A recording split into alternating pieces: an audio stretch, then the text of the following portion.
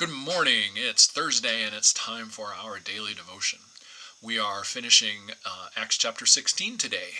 The story of Acts chapter 16 is Paul and Silas on a missionary journey, and they come across this young girl who's demon possessed, and she keeps saying stuff. Well, she's saying good stuff, like who these men really are and who they belong to, Lord Christ. Paul gets frustrated after a while and casts the demon out of her. And the problem with that is, that's a beautiful thing, of course, but the problem is that demon was she was a slave girl, and that her demon possession gave her abilities that her owners made money off of, lots of money. So they weren't happy. They have Paul and Silas arrested, and while they were sitting in jail singing hymns and praising God with joy, an earthquake came, and when the chains were loose and the doors were open, rather than escaping, they stayed put. The jailer, appreciative of that, to say the least.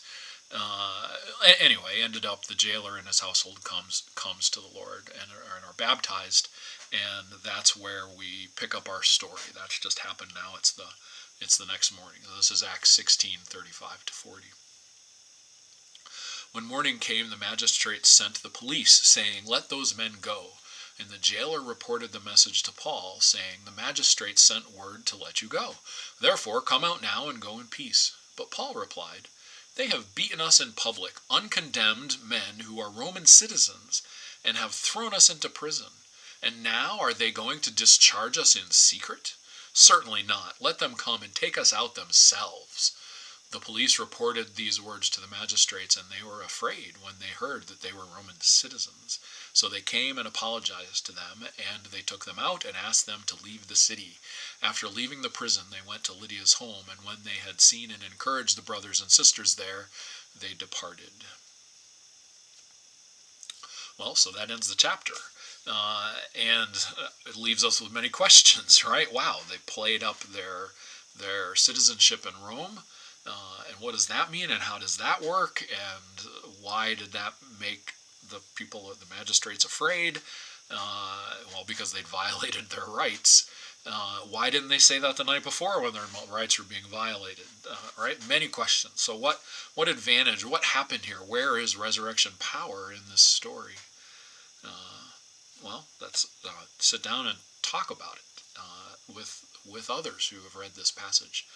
Okay, so the song that I have is Kyrie, Eleison, have mercy. It's number 796 in Voices Together. We'll do it tomorrow in the Friday sing-along. And it goes like this. I'm pretty sure I've done it in a devotion before.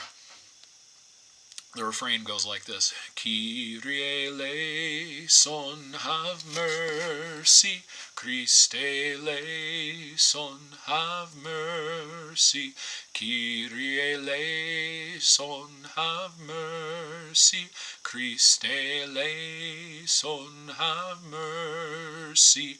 As we come before you with the needs of our world, we confess our failures and our sin.